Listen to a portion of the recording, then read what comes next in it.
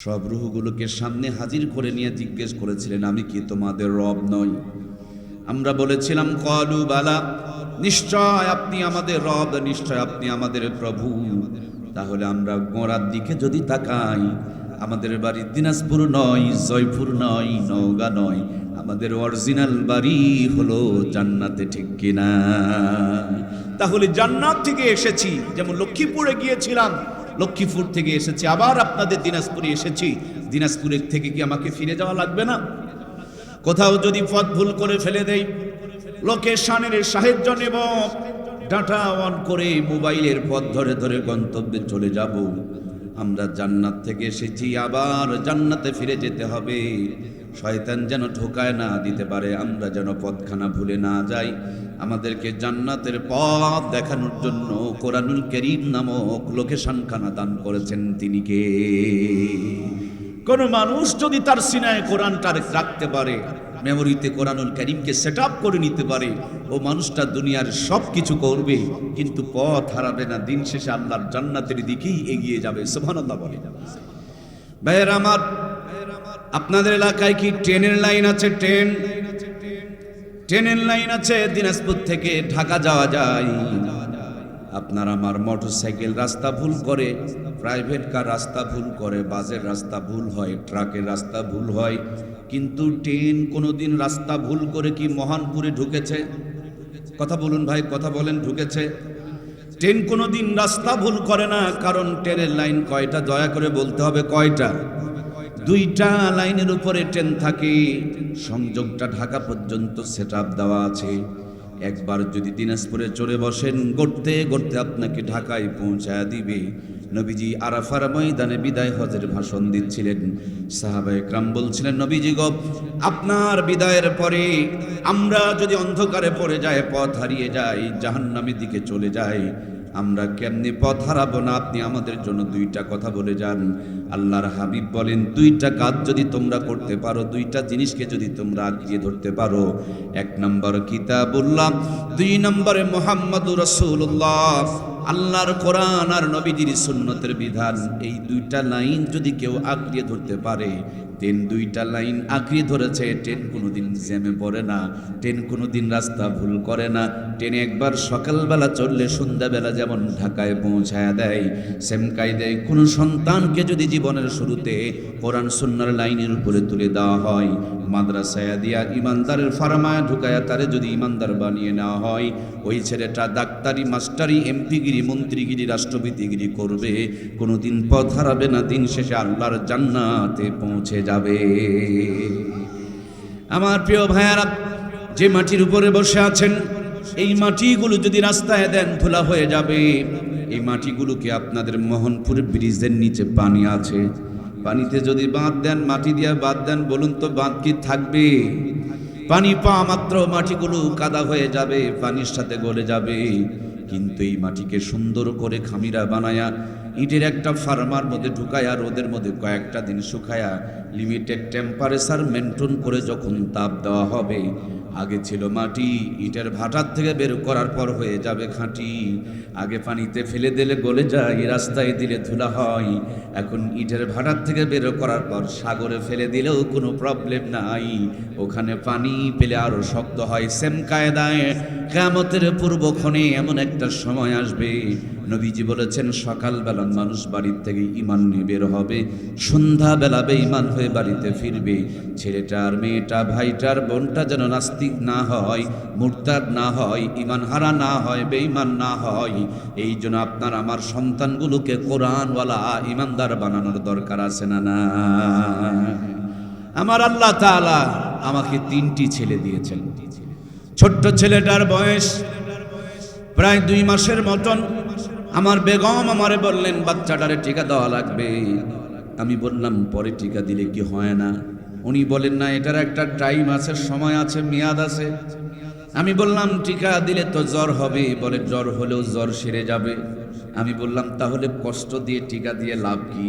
উনি বললেন, ছোট্টবেলাতে 6টা টিকা যদি দেওয়া যায়, মরার আগ পর্যন্ত 6টা রোগ হওয়ার আর সম্ভাবনা। কিরে ভাই, কথা বলুন, নাই আছে নাকি? আপনারা কি টিকা দিয়েছেন? বাড়ির বাচ্চাদেরকে টিকা দেওয়ার নাই? কেন? 6টা টিকা দিলে মৃত্যুর আগ পর্যন্ত 6টা রোগ হবে না। ছোট্টবেলাতে কোরআন সুন্নাহর আদর্শ দিয়ে সন্তানকে তৈরি করলে এটা নাস্তিক বেঈমান মুরতাদ হবে না, দাঁড়িয়ে প্রসাব করবে না, ইজ্জত বের করে দেখাবে না, বাপ মাকে বৃদ্ধাশ্রমে ফেলে আসবে না, দেশের সম্পদ চুরি করবে না। কথা বলেন ঠিক কিনা? আমার প্রিয় ভাইয়েরা, গতকালকে যেদিকে ছিলাম মোটেও কোনো ঠান্ডা ছিল না, কিন্তু আমাদের উত্তরবঙ্গে প্রচণ্ড পরিমাণ ঠান্ডা। বাংলাদেশের এক প্রান্তরে ঠান্ডা নাই, আর এক প্রান্তরে প্রচুর পরিমাণ ঠান্ডা। গত সপ্তাহে আমরা খুলনা গিয়েছিলাম, আর এতটা পরিমাণ গরম, ফ্যান চালাইতে হয়েছে, খুলনায় ফ্যান চালাতে হয়েছে। আমরা যে ঘরে ছিলাম একটু ফ্যান চালাইতে হয়েছে, কিন্তু বাংলার আমাদের উত্তরবঙ্গে কি পরিমাণ ঠান্ডা! ঠান্ডার জন্য সবার শরীরে জ্যাকেট পরা, ঠান্ডার জন্য সবার শরীরে শীতের পোশাক পরা, কানের মধ্যে মাফলাটার চাদর পরা। এগুলো পরেছেন কেন? বলে এগুলো পরলে ঠান্ডা লাগবে না, আর ঠান্ডা যদি না লাগে তাইলে নিউমোনিয়া হবে না। নিউমোনিয়া থেকে, ঠান্ডা থেকে বাঁচার জন্য যদি জ্যাকেট পরাতে হয়, রিংকোট পরাতে হয়, পোশাক পরাতে হয়, চাদর পরাতে হয়, জাহান্নাম থেকে বাঁচানোর জন্য আল্লাহ আর কোরআন মনে হয় পড়ানোর দরকার নাই। যারা যারা কথা বললেন না কিয়ামতের দিন বোবা শয়তানের কাতারে দাঁড়াইতে হবে, দয়া করে কথা বলুন। কোরআন পড়ানোর দরকার আছে না নাই? আপনার ঠান্ডার শীতের চাদর যদি ঠান্ডার থেকে বাঁচায় দেয়, আল্লাহর কোরআন কলিজায় থাকলে আল্লাহ জাহান্নাম থেকে বাঁচায় দেয়। সুবহানাল্লাহ বলুন। সম্মানিত ভাইয়েরা আমার, অল্প কিছুদিন পর বর্ষা আসবে, প্রচন্ড পরিমাণ বৃষ্টি হয়। শীতের দিনে জ্যাকেট আর চাদর আপনাকে আমাকে ঠান্ডা থেকে বাঁচাবে, আর বর্ষার দিনে রিংকোট নামক যে পোশাকটা আছে, বৃষ্টির মধ্যে চলবেন ফিরবেন, বৃষ্টির পানিগুলো আপনার গায়ের উপরে পড়বে, কিন্তু স্লিপ করে চলে যাবে, ভিতরে ঢুকতে পারবে না। রিংকোট যদি আপনাকে বৃষ্টি থেকে বাঁচায়া দিতে পারে, ভিতরে যদি ঈমান থাকে, ভিতরে যদি কোরআন থাকে, ভিতরে যদি নবীর সুন্নত থাকে, যতই হারাম আসুক, যতই অন্যায় আসুক, যতই গুনাহ আসুক, ওই সমস্ত পাপ থেকে আল্লাহ আর কোরআন নবীর সুন্নতের বিধান আপনার আমার ছেলে মেয়েকে বাঁচায়া দিবে। বর্তমান জামানায় নাস্তিকের সংখ্যা এতটা পরিমাণ বাড়ছে, আমাদের কিছু কিছু নাস্তিক ভাই বলতেছে যে আমরা শরীয়ত টরিয়ত মানি না। আমাদের কিছু কিছু নাস্তিক মনা ভাইগুলো বলছে যে ওরা তো কোরআনের মাহফিলের অনুমতি দিয়েছে, আমরা কোরআনের মাহফিলই করতে দেব না। আমরা দেখতে পাচ্ছি যে এখনই তারা আওয়ামী লীগের যেই চরিত্র, আমাদের কিছু কিছু অনেক ভাইয়ের ভিতরে ক্ষমতার জন্য ওই চরিত্রটা আসতে শুরু করেছে। কথা বলুন ঠিক কিনা? মূল কারণটা হলো আমাদের সিনায় যদি কোরআন থাকতো, মুসলমানের জবান দিয়ে ইসলামের বিরুদ্ধে কোনোদিন কথাগুলো বের হতো। এই জন্য জীবনের শুরু থেকে নিয়ে শেষ পর্যন্ত প্রত্যেকটা জায়গায় নবীর সুন্নতের দরকার আছে না নাই? 6টা টিকা দিলে 6টা রোগ হবে না। নবীর সুন্নতের ডোজগুলো, নবীর সুন্নতের আদর্শগুলো, নবীর সুন্নতের বিধানগুলো যদি আপনার আমার ভিতরে থাকে, আপনার আমার ছেলেটা, মেয়েটা, ভাইটার, বোনটা, বন্ধুটা কেউ নাস্তিক হবে না। এই সুন্নতের বিধানগুলো তাকে নাস্তিকতার ভাইরাস থেকে বাঁচায় দেবে। সুবহানাল্লাহ। এজন্য একজন সন্তান যখন দুনিয়াতে আগমন করবে, নবীর সুন্নতের বিধান হলো এই ছেলেটাকে ডান কানে আজান দিয়ে দাও, বাম কানে একামত দিয়ে দাও। কেন ডান কানে আজান দাও বা কেন বাম কানে? বলে ডান কানে আজান আর বাম কানে একামত দিলে ওই ডান কান আর বাম কান দিয়া নাস্তিক মার্কার লোকজন তার মাথার মধ্যে ভাইরাস ঢুকায়া দিতে পারবে। ডান কান এবং বাম কান নাস্তিকতার ভাইরাস থেকে আল্লাহ তাআলা আজান এবং একামতের বিনিময় মুক্ত রেখে দিবেন। সুবহানাল্লাহ বলেন। আজ আমাদের সন্তানগুলো হাসপাতালে সিজার করে বের করা হয়, এত পেরেশানি আর ব্যস্ততা থাকে, আমরা আজান আর একামত দেওয়ার সুযোগ পাই না। নাস্তিকেরা আমাদের কানে কানে বলে যায়, হুজুরদের চামড়া আমরা বলি তুলে নিব আমরা। তার মানে ওই ডান কানে আজান বাম কানে একামত যদি থাকতো, শয়তানের কথার মধ্যে তাল মিলায়া শয়তানি কথাগুলো আমাদের জবান দিয়ে বের হতো না, ঠিক কিনা? অল্প কিছুদিন আগে কয়েকজন বড় বড় নাস্তিক বলল, ফজর আজান যখন শুনি মনে হয় বেশ্যা তার খরিদ্দারকে ডাকতেছে। তার কয়েকদিন পরে আরো একজন বেয়াদব বলেছিলেন, আমার কাছে আজানের চাইতে কাউয়ার আওয়াজ ভালো লাগে। আমি পরবর্তীতে রিসার্চ করেছি এই কথাগুলো তারা বলল কেন। এখন আমি বুঝতে পারলাম, কিছু কিছু সন্তান পতিতালয়ে জন্ম নেয়, যাদের বাপ মার কোনো পরিচয় নাই, এদের জন্মের পর ডান কানে আজান বাম কানে একামত হয় না। ওদের কানে সর্বপ্রথম পতিতার আওয়াজ এসেছে, এজন্য মৃত্যুর আগে পর্যন্ত তাদের কানে ওই আওয়াজই ভাসতেছে। কথা বলেন ঠিক কিনা? আরেকজন বলেছিল, আমার কাছে আজানের চাইতে কাউয়ার আওয়াজ ভালো লাগে। এখন না বুঝতে পারলাম আজানের চাইতে কাউয়ার আওয়াজ ভালো লাগে কেমনি।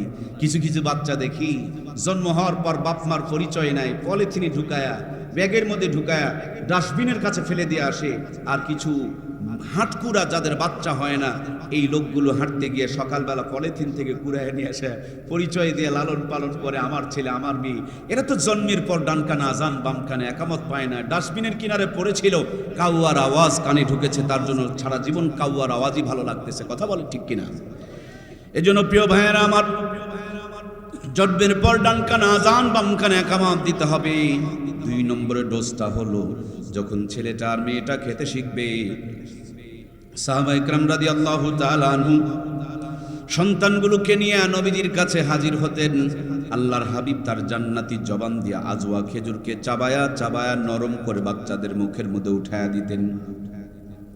নবীজি আর দুনিয়াতে আগমন করবে না, নবীর উত্তরসূরি উলামা হযরত রয়েছেন, তাদের কাছে আপনি যাবেন, আপনার সন্তানটা তাদের কোলের মধ্যে তুলে দিবেন।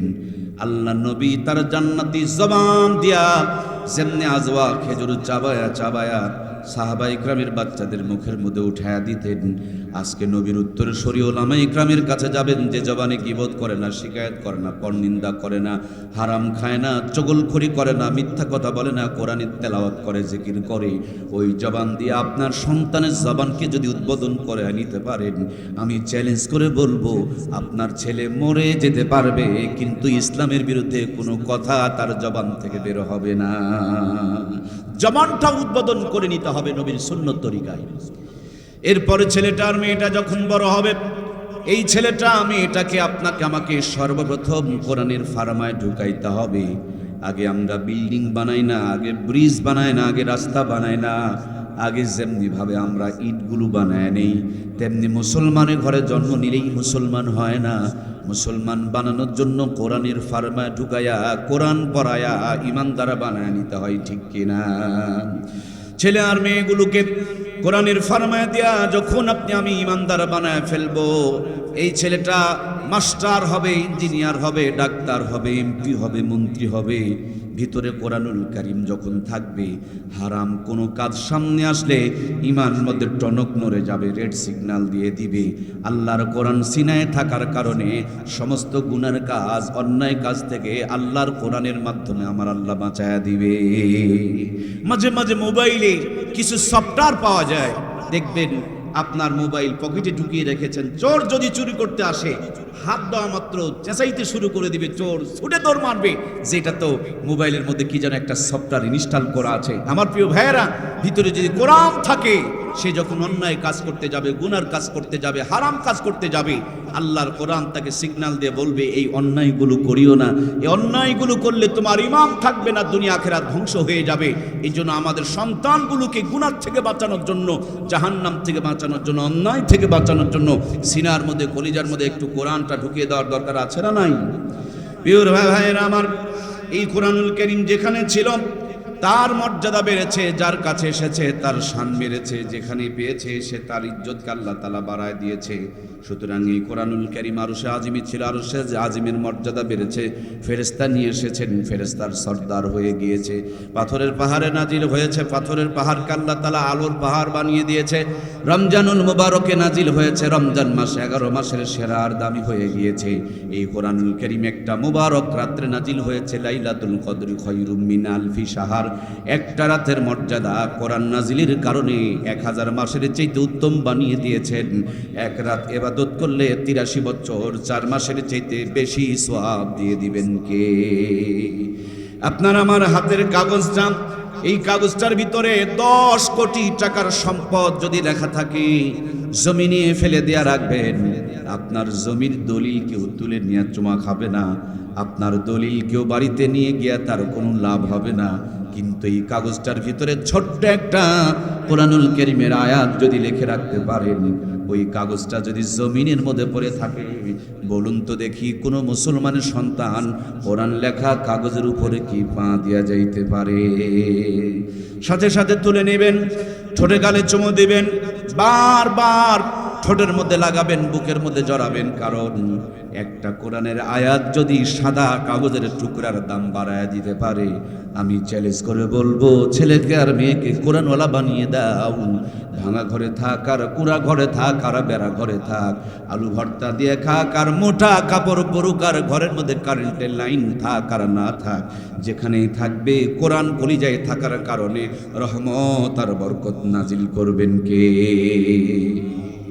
বিশ্বাস যদি না হয়, আপনাদের দিনাজপুরের যত বড় বড় সুদখোর, ঘুষখোর, জুয়াচোর, বাটপার, চিটার, মদখোর, তাসখোর, গাঁজাখোর, ফেন্সিখোর, হারামখোর, এক কথায় সবচেয়ে বড় বড় হারামখোরগুলোকে দাওয়াত দিয়া এক লাইনে বসান। ইমাম, মুয়াজ্জিম, মুফতি, মুহাদ্দিস, মুফাসসির এদেরকে দাওয়াত দিয়ে আরেক লাইনে বসান। আলু ঘাটি দিয়ে একটু খাবার দিয়ে দেখেন, হারামখোরের দল হাফ প্লেট নিয়ে নাড়াচাড়া করবে, ইমাম মুয়াজ্জিমের দল চোখের পলকে 3 প্লেট মারবে। সুবহানাল্লাহ বললেন না? হুজুরের সমপরিমাণ হারামখোরেরা খেতে পারবে? খাওয়ার পর হুজুরে যদি বলেন, হুজুর আম্মাই তো পায়েস রান্না করছে, দেখবেন আবার হাফ কেজি বসাবে। সুবহানাল্লাহ বলেন। বৈকালবেলা দিনাজপুরে নিয়ে যদি বলেন, হুজুর পোড়া মুরগি আর তন্দুর রুটি, আবার 6টা তুলবে।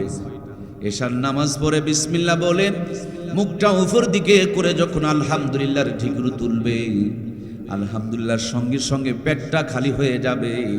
আবার বিবির সাথে এক প্লেটে খাবার খেতে বসে চোখের পেলকে আবার 2 জন মিলে 3 পোয়া চালের ভাত উঠায় ফেলে দিবে। এ হলো হালালের স্পেশাল একটা বরকত। বিশ্বাস যদি না করেন, হারাম করে খবর নিয়ে দেখেন, হাফ প্লেট ভাত নিয়ে নাড়াচাড়া করে যদিও খাই, পেটের মধ্যে মোচড় শুরু হয়ে যায়, তখন গ্যাসের বড়ি দিয়ে আবার সার্জেলকে খুঁজে বেড়ায়। কথা বলেন ঠিক কিনা? বাড়িতে যাওয়ার সময় লম্বা লম্বা আগরবাতি টানতে টানতে বাড়িতে যায়, মুখের মধ্যে সালাম কালাম নাই, গেটের মধ্যে গিয়া কলিং বেলে চাপ দেয়। কাজের মেয়ে গেট খুলে যায়, বউ তার কটকটির সিরিয়াল মেনটেন করতেছে, এখন স্বামীর প্রতি তার খেয়াল না দেওয়ার মতন টাইম নাই। আল্লাহর বান্দা কাপড় চোপড় খোলে, খাবার টেবিলে গিয়া দেখে কাজের মেয়ে যেই হাত দিয়া নাক পরিষ্কার করেছে, সেই হাত দিয়া রুটি বানায়া যত্ন করে রেখে দিয়েছে। এখন নরম রুটি, গরম খাসির কলিজা, মনে বড় অশান্তি। সাপ আর বিদির স্বামী স্ত্রীর সম্পর্ক, খাবার যেন পেটে ঢুকতেই চায় না, জোর করে ঠেলে ঠেলে 2টা রুটি পেটের মধ্যে ঢুকায়। পেটে ঢুকতেই আবার ইরাক আর ফিলিস্তিনের গন্ডগোল শুরু হয়ে যায়। খাবার খাওয়ার পর ঘরকে ডেকোরেশন করেছেন 2 কোটি টাকা, কিন্তু ঘরের মধ্যে বউ ঘুমায় না। স্বামী এক ঘরে, বউ আর এক ঘরে। 3 লাখ টাকার মোবাইল ফোন ব্যবহার করে, কিরিং কিরিং মেসেজের শব্দ পাওয়া যায়। স্বামী বিবির জন্য পাঠায় না, বিবি স্বামীর জন্য পাঠায় না। পরক্রিয়া করে, কইতেও পারে না, সইতেও পারে না। টেনশন করে করে স্টক করে বিছানায় পড়ে থাকে। কথা বলুন ঠিক কিনা? পক্ষান্তর ইমামের ঘরের খবর নিয়ে দেখুন, এশার নামাজ পড়ে হালাল বউকে বুকে জড়িয়ে নিয়ে ডান হাত গালের নিচে দিয়া সিরা খাতা সোজা করে কেবল একটু দোয়া পড়েছে, আল্লাহুম্মা বিসমিকা আমুতু আহইয়া। বিছানায় মাথা দিতে দেরি আল্লাহ জান্নাতের ঘুম পাঠায় দেয়। সুবহানাল্লাহ বলেন। সম্মানিত প্রিয় ভাইয়েরা আমার, এজন্য মূল মেসেজটা হলো, বন্ধু, কোরআন যদি জীবনে থাকে, জীবনটাকে আল্লাহ তাআলা রহমত আর বরকত দিয়ে ভরপুর করে দিবেন। আজ থেকে 50 বছর আগে আমার দেশ ডিজিটাল ছিল না, আমার দেশ স্মার্ট ছিল না, আমার ঘরের ঘরে কারেন্টের আলো জ্বলতো না, আমাদের রাস্তা পথগুলো এত উন্নত ছিল না, আমরা এতটা পরিমাণ শিক্ষিত ছিলাম না। কিন্তু আমরা আগে যেই পরিমাণ কোরআনুল কারীম তেলাওয়াত করতাম, এখন সেই পরিমাণ কোরআনুল কারীম তেলাওয়াত করা হয়। আগেকার মা বোনেরা যেই পরিমাণ পোশাক পরতেন ঢাকা ঢুকা, এখনকার মায়েরা পাতলা কাপড় ছাড়া পড়তে চায়। আজ থেকে মাত্র 50 বছর আগে এশার নামাজ যখন হয়ে যেত, আঁচল তুলে ধরে চোখের পানিগুলো ছেড়ে দিয়ে রোনাজারি করত, ভাঙা ঘরটাতে যেন রহমত আর বরকত নাজিল হয়ে যেত। এখন যাই নামাজ ভিজা বিদায় করে দেয়া সোফার সেট আমদানি করেছে, তসবির পরিবর্তে রিমোট টিপতে টিপতে রিমোটের বাটন পর্যন্ত খোয়াই দিয়েছে। হিন্দুরা মন্দির থেকে উলু উলু ধুনি দেয়, আর মুসলমানের মেয়েরা রিমোট চেপে চেপে নিজের ঘর থেকে সাপ্লাই করে। এটার নামই শুধু মুসলমান, হিন্দুদের আওয়াজ বের হয়। কথা বলুন ঠিক কিনা? এই ঘর থেকে আসিয়া, খাদিজা, ফাতেমা তো জোহরা বের হয় না, ওই ঘরগুলো থেকে এখন কিরণমালা, কটকটি আর পাখি বের হয়। কথা বলেন ঠিক কিনা? সম্মানিত প্রিয় ভাইয়েরা আমার, এই জন্য মূল মেসেজ হলো জীবনকে দুটি সংযোগ দিয়ে সাজাও, জীবনটাতে রহমত আর বরকত নাজিল হয়ে যাবে। ধর্মহীন কর্মশিক্ষা এটাও জাতির জন্য অভিশাপ, আবার কর্মহীন ধর্মশিক্ষা এটাও জাতির জন্য অভিশাপ। বাংলাদেশের একজন বিখ্যাত বুজুর্গ, যাকে আমরা হাফিজ হুজুর বলে চিনি, যিনি বটগাছের নির্বাচন করেছিলেন, তিনি একটা সুন্দর উক্তি বলে গিয়েছিলেন, ধর্মহীন কর্মশিক্ষা আর কর্মহীন ধর্মশিক্ষা দুটাই হলো জাতির জন্য অভিশাপ। যে কথা কোরআনুল কারীমের মধ্যে আল্লাহ তাআলা সহজ করে বলে দিয়েছেন, রব্বানা আতিনা ফিদ দুনিয়া হাসানাতাও ওয়া ফিল আখিরাতি হাসানাতাও ওয়া কিনা আযাবান্নার। আল্লাহু আকবার। আল্লাহ বলেন, গোলাম আমার কাছে যখন চাইবা দুনিয়া এবং আখিরাতের উত্তমটা কামনা করো এবং জাহান্নাম থেকে মুক্তি চাও। আল্লাহ চাইতে বলেছেন দুনিয়া এবং আখিরাতের উত্তমটা, আমরা চাই এক একজন এক একটা। আমার যদি ছেলে হয় দুইটা, একটাকে হুজুর বানাই আর একটাকে খেজুর বানাই। হুজুর পেটের ভাত বের করতে পারে না, আর যেটাকে খেজুর বানাইছি এটা গোসলের ফরজ। কি গো, কথা কেন বলে না? ভাইয়ের আমার, এখানে দুইটা লাইন আছে, লাল তার আর কালো তার। যতগুলো আলো জ্বলছে, ওই যে ওই পাশের যে লাইটটা, এখানে যদি লাল তার লাগানো হয় আর এই পাশের লাইটটা এখানে যদি কালো তার লাগানো হয়, দুইটা লাইট থেকেই তো ভালো আলো জ্বলবে। কথা বলতে হবে ভাই, জ্বলবে। একটাতেই দুইটা সংযোগ দিতে হবে, নইলে আলো জ্বলবে। এদেশের বেকুব মানুষেরা এই কাম করে, একটাতে লাল তার লাগায় আর একটাতে কালো তার লাগায়। একটাকে মাদ্রাসায় দিয়ে এমন পড়া পড়ায় যে পড়ে পেটের ভাত বের করতে পারে না, আর একটাকে স্কুলে দিয়ে এমন শিক্ষিত বানায় বসে প্রসাব করতে জানে না, বাবার নামাজ জানাজাটাও পড়াইতে পারে না, হালাল হারাম চিনে না। আছে না নাই? তার মানে একটাতে নেগেটিভ আর একটাতে পজিটিভ দিয়ে কোনো লাভ হয় না। আমাদেরকে সৃষ্টি করেছেন আমার রব, বলেছেন দুটিই লাগবে, রব্বানা আতিনা ফিদ দুনিয়া হাসানাতাও ওয়া ফিল আখিরাতি হাসানাতাও ওয়া কিনা আযাবান্নার। আজ আমরা বাংলাদেশে দেখতে পাই যতগুলো ছেলে ভালো রেজাল্ট করেছে, এদের প্রত্যেকের সম্পর্ক রব্বানা আতিনার মতন কোরআন সুন্নাহর সম্পর্ক, মাদ্রাসার সম্পর্ক। এর জন্য বাংলাদেশে তারা সবচেয়ে ভালো রেজাল্ট করতেছে। কথা বলুন ঠিক কিনা? আমার প্রাণপ্রিয় ভাইয়েরা, এর জন্য আপনি আমি কোনোদিন স্কুলের বিরুদ্ধে কথা বলি নাই, বলবো না। কারণ স্কুল আমাদের দরকার, কলেজ আমাদের দরকার, ভার্সিটি আমাদের দরকার। তার চাইতে বড় দরকার হলো মাদ্রাসার। কারণ স্কুলে শুধু দিনে পড়ায়, মাদ্রাসায় খবর নিয়ে দেখেন দিনেও পড়ায়, রাতে পড়ায় না, রাতে পড়ায় না। আবার আপনাদের এই পাশে হাফেজিয়া মাদ্রাসা আছে, তাহাজ্জুদের মুহূর্ত থেকে পড়ায়, একেবারে রাতের 3টা থেকে পড়ায়। তার মানে স্কুলে যা পড়ায় মাদ্রাসায় কম করে হলো 3 গুণ বেশি পড়ায়। সুবহানাল্লাহ বলেন। মাহফিল শেষ হওয়ার পর আপনারা যখন বের হবেন, 2টা গেট বানানো হবে। এই গেট দিয়ে যারা বাড়াবে তাদেরকে 3 প্যাকেট করে তাবারক দেওয়া হবে, আর এই গেট দিয়ে যারা বাড়াবে তাদেরকে 1 প্যাকেট করে তাবারক দেওয়া হবে। আমি যতই বক্তৃতা করি, 3 প্যাকেট পাইতে 1 প্যাকেটের লাইনে কিন্তু আমি যাব না। আপনারা কোন দিকে যাবেন? 1 প্যাকেটে না 3 প্যাকেটে? সবাই 3 প্যাকেটে যাব। যতই মুখে বলেন 1 প্যাকেটের লাইনে, কাউকে পাওয়া যাবে না। সবাই 3 প্যাকেটের লাইনে যাবে। কারণ 3 প্যাকেট গেলেই যদি পাওয়া যায়, বাধা যদি না থাকে, কর্তৃপক্ষে যদি খুশি মনে দেয়, এই গেট দিয়ে বের হলে 3 প্যাকেট, এই গেট দিয়ে বের হলে 1 প্যাকেট, সবাই 3 প্যাকেটের লাইনে যাবে। আমিও 3 প্যাকেটের লাইনে যাব। তাবারক খাওয়ার বেলায় 3 প্যাকেটের লাইনে গেলেন, আর স্কুলে শুধু দুনিয়ারটা দেয়, মাদ্রাসায় দুনিয়ারটাও দেয়, আখিরাতের দেয়, দিনেও দেয়, রাতেও দেয়, ভোরেও দেয়। এই মাদ্রাসায় কেন বাদ দিয়া দিলেন? কিয়ামতের দিন আল্লাহর কাছে এর উত্তর দেওয়া লাগবে কিনা? এর উত্তর না দিয়ে 1 কদম কাউকে সামনে আগাইতে দেওয়া হবে না। কিয়ামতের দিন ওই বাপ মার সবচেয়ে বড় জালেম হবে, যেই বাপ মা তার সন্তানকে টিকা দেওয়াইছে, সন্তানকে শীতের পোশাক কিনে দিয়েছে, রিংকোট কিনে দিয়েছে, কিন্তু জাহান্নাম থেকে বাঁচানোর জন্য কোরআনুল কারীমের শিক্ষা দেয় নাই। কিয়ামতের দিন এর চাইতে বড় জালেম আর কাউকে খুঁজে পাওয়া যাবে?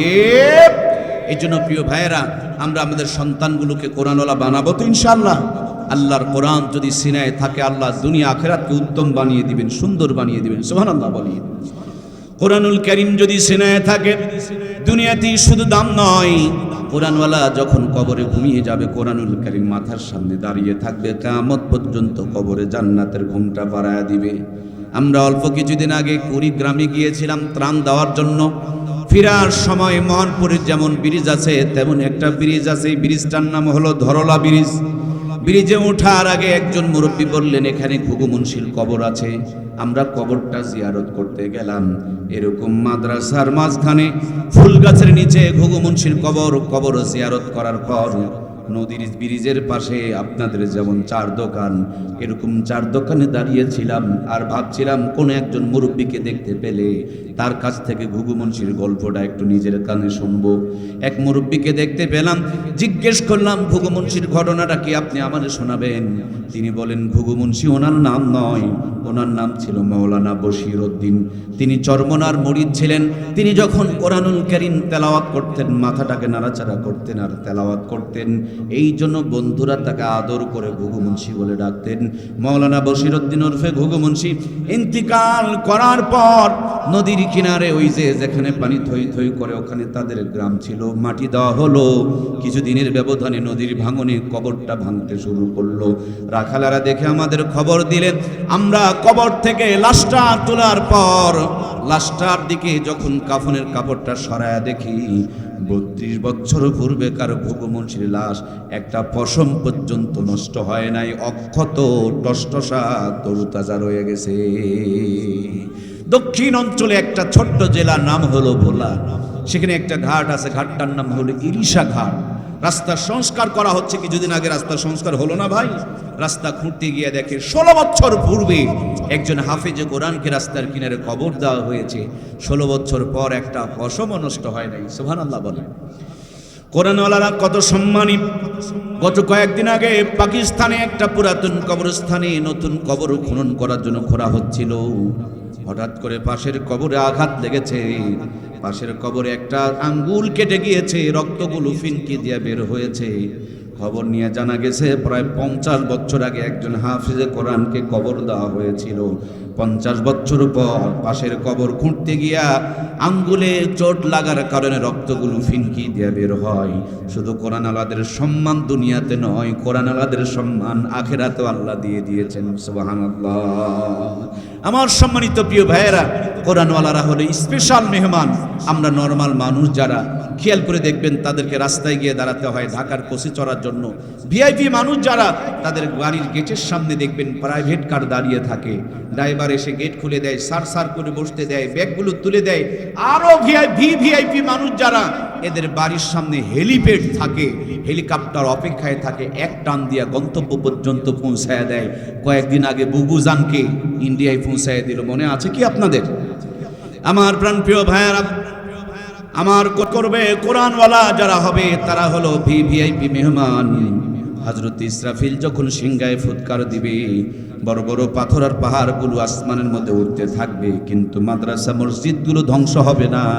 কোরআনওয়ালাদেরকে বুকের মধ্যে তুলে নিয়ে একটা টান দিয়ে আল্লাহর জান্নাত পর্যন্ত পৌঁছায় দিবে।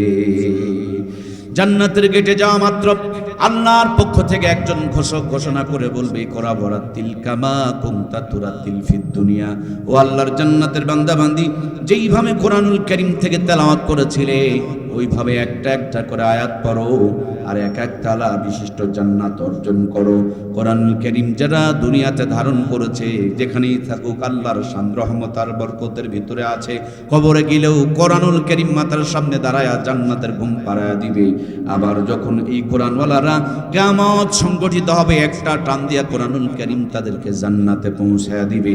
এক্ষুনি মোহনপুর ব্রিজের কাছে টিকিট কাউন্টার আছে, দাঁড়ায়া থাকবেন, দেখবেন ঢাকাগামী কোচগুলো ঢাকা ঢাকা বলে ডাকবে।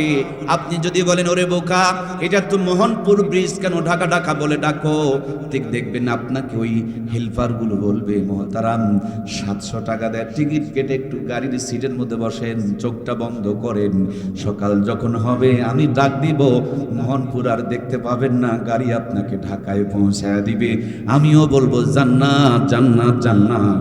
এগুলো হলো জান্নাতের গাড়ি। কেউ যদি এই গাড়িতে চড়তে পারে, এই দুনিয়ার জীবন পাড়ি দিতে দিতে এই জান্নাতের গাড়ি তারে জান্নাতে পৌঁছায় দিবে।